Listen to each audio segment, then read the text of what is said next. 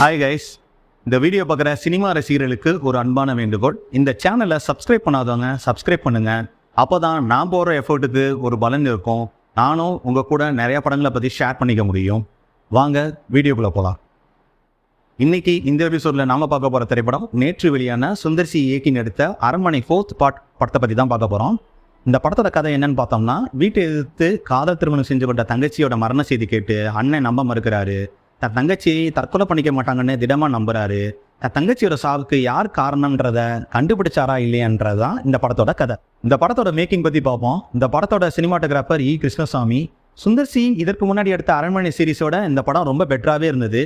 Night சீக்வன்ஸாக இருந்தாலும் சரி, fight சீக்வன்ஸாக இருந்தாலும் சரி, மொபைல் கேமராலாம் யூஸ் பண்ணி நல்லாவே பண்ணியிருந்தாரு.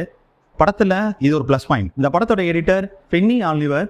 படத்தோட ஃபர்ஸ்ட் ஹாஃப் ரொம்ப கிளிப்பாகவே போயிருந்தது. சீக்கிரட்டை ரிவீல் பண்ணவே இல்லை. ஆனால் செகண்ட் ஹாஃபில் ரொம்ப இலின்னு போயிருந்தது.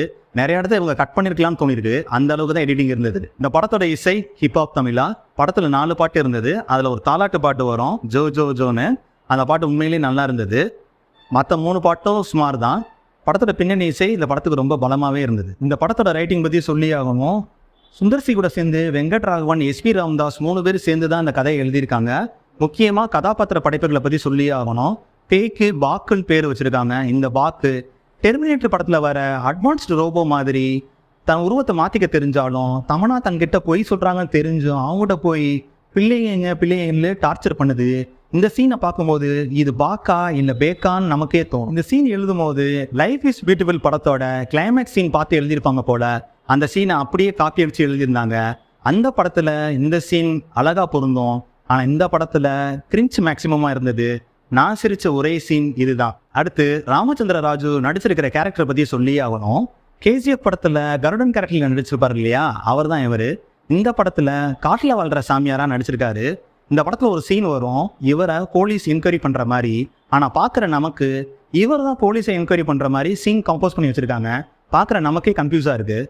படம் ஃபுல்லாக இவர் கேரக்டரை பார்த்ததுக்கப்புறம் இந்த கேரக்டர் இதுக்கு முன்னாடி எங்கேயோ யோசிச்சிருக்கோன்னு பார்த்தா, சவுத் கொரியன் படமான த வெயிலிங் படத்தில் வர ஜாப்பனீஸ் விச் கேரக்டரை பட்டி டிங்கரிங் பண்ணி அப்படியே எடுத்து வச்சுருக்காங்க. இவ்வளோ பில்டப் கொடுத்துட்டு கடைசியில் அவரை வச்சு காமெடி வேறு பண்ணியிருக்காங்க. அந்த படத்தில் இது ஒட்டவே இல்லை.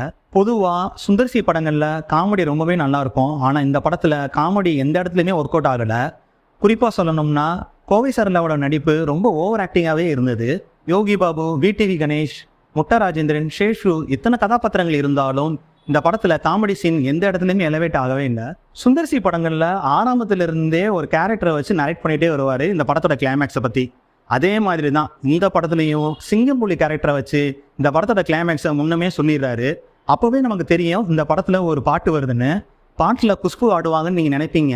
அங்கே தான் ட்விஸ்ட்டு. குஷ்பு மட்டும் ஆடலை, சிம்ரனும் சேர்ந்து ஆடுறாங்க.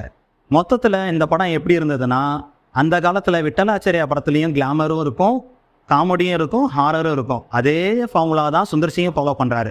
ஆனால் இந்த படத்தில் இவங்க மேக்கிங்கில் கான்சென்ட்ரேட் பண்ணி கிராஃபிக் சீன்ஸ்லாம் நல்லா பண்ணிவிட்டு ரைட்டிங்கில் கோட்டை விட்டுட்டாங்க.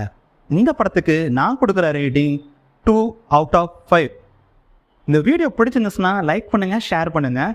உங்கள் கருத்துக்களை கமெண்ட் செக்ஷனில் பதிவு பண்ணுங்கள். இந்த சேனலை மறக்காமல் சப்ஸ்கிரைப் பண்ணுங்கள். அடுத்த வீடியோவில் சந்திப்போம். நான் உங்கள் கான்கார்ட். நீங்கள் பார்த்து ரசித்தது சினிமா வித் கான்கார்ட்.